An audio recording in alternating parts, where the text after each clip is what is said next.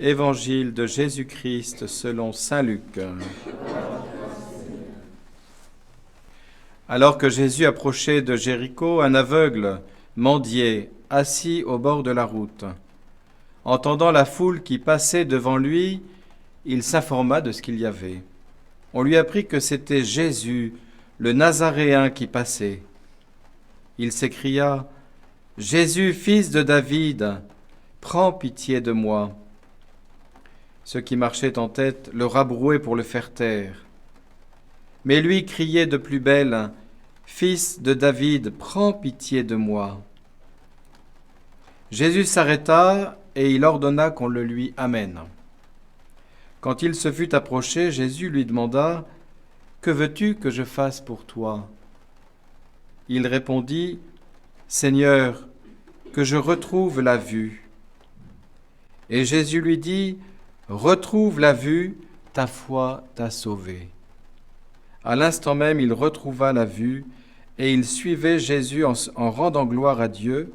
Et tout le peuple, voyant cela, adressa une louange à Dieu. Acclamons la parole de Dieu.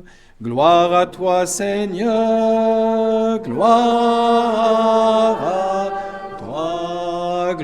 à toi, Seigneur, gloire à toi.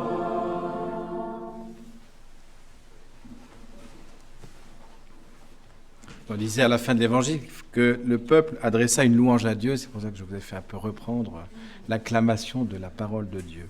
Voilà. Alors, dans ces lectures aujourd'hui, il y a deux manières de voir. Il y a un homme aveuglé et quelqu'un qui a une cécité. L'aveuglé, c'est Antiochus Épiphane, qui est ce grec-là qui sort des rangs et qui va être un despote épouvantable. Et c'est même un aveuglé clairvoyant parce qu'il va s'attaquer à l'alliance de Dieu. Il va s'attaquer à Israël dans la dimension de son élection. C'est insupportable pour les puissants de ce monde que Dieu puisse élire un peuple, élire un groupe, et donc il faut absolument mettre ce groupe sous sa main. C'est ça, et c'est un sempiternel mouvement de tous les despotes de génération en génération. Donc cet homme est aveuglé par son pouvoir, il est aveuglé par sa puissance, il est aveuglé par les richesses du temple, il va détruire, il va brûler la loi. Enfin vraiment, on sent que c'est une perversion, c'est l'aveuglement dans la perversion.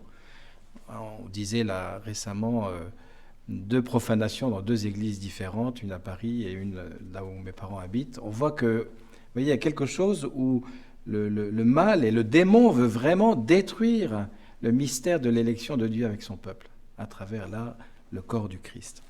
Et puis de l'autre côté, vous avez cet aveugle de Jéricho, voilà, qui est dans la nuit, mais alors là je vais dire vraiment une nuit clairvoyante, parce que sa clairvoyance à lui, c'est de crier « Jésus, sauve-moi ». Ce que ne pouvait pas faire Antiochus vis-à-vis de Dieu, voyez. Il était tellement imbu de lui-même, imbu de son pouvoir, imbu de sa sécurité humaine, qu'il ne pouvait pas s'ouvrir à la transcendance. Et là, l'aveugle, lui, il s'ouvre à la transcendance. Parce qu'il est dans une nuit physique, il cherche la lumière.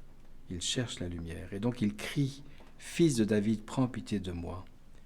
Alors que le Seigneur nous garde de l'aveuglement et qu'il nous ouvre à une vraie cécité spirituelle pour pouvoir crier « Jésus, Sauveur, sauve-moi ».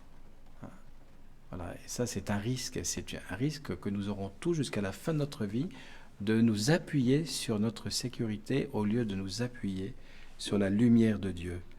Et c'est pour ça que hier encore le pape rappelait à travers cette journée mondiale des pauvres ou des vulnérables, ou journée de la fraternité, il rappelait que les pauvres seront la porte du ciel.